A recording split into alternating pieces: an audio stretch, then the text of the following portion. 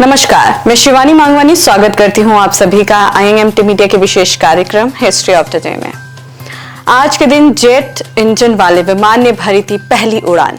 विमानन के इतिहास में 27 अगस्त का काफी महत्व है। इसी दिन 1939 में जेट इंजन वाले विश्व के पहले विमान ने जर्मनी से उड़ान भरी थी। इस विमान का नाम हेंकले है। 178 था, लेकिन यह सिर्फ परीक्षण क्षेत्र तक ही सीमित रह गया और इसे कभी युद्ध में उपयोग नहीं किया गया। हालांकि विश्व का प्रथम जेट वायुयान बनाने का श्रेय रोमानिया के हेनरी कोंडा को जाता है। 1910 में बना कोंडा विमान मिश्र जेट विमान था, लेकिन जटिल कार्यप्रणाली के कारण इसका आगे विकास नहीं हो सका। इसके बाद 1929 में ब्रिटिश वायुसेना के इंजीनियर फ्रैंक व्हिटल ने विश्व के पहले टर्बो जेट वायुयान की परिकल्पना की, लेकिन पहला जेट विमान जर्मनी में बना। सोनाली बनर्जी आज के दिन बनी थी देश की प्रथम महिला मरीन इंजीनियर। 27 अगस्त 1999 को सोनाली बनर्जी देश की प्रथम महिला मरीन इंजीनियर बनी थी। बचपन से ही सोनाली दुनिया की सैर करना चाहती थी। उनका यही सपना उन्हें इस पद के करीब लाया था। सोनाली को समुद्र और जहाजों से विशेष प्रकार का लगाव था। हालांकि सोनाली के लिए यह सफर तय करना आसान नहीं था, क्योंकि इससे पहले कोई भी महिला इस पद पर नियुक्त नहीं हुई थी। इस क्षेत्र में पूरी तरह से पुरुषों का प्रभुत्व था।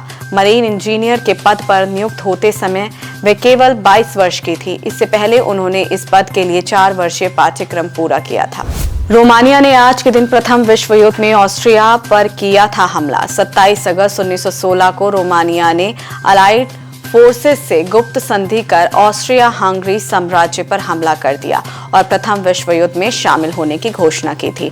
दोनों देशों के बीच ट्रांसिल्वेनिया को लेकर प्रमुख विवाद था और यह ऑस्ट्रिया के कब्जे में था।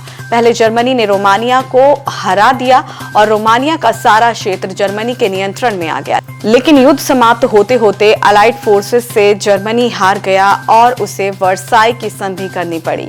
इसके तहत रोमानिया को अपने खोए हुए क्षेत्र के साथ ट्रांसिल्वेनिया का भी एक हिस्सा मिल गया। हालांकि इस लड़ाई में उसके करीब 3.5 लाख सैनिकों को जान गंवानी पड़ी।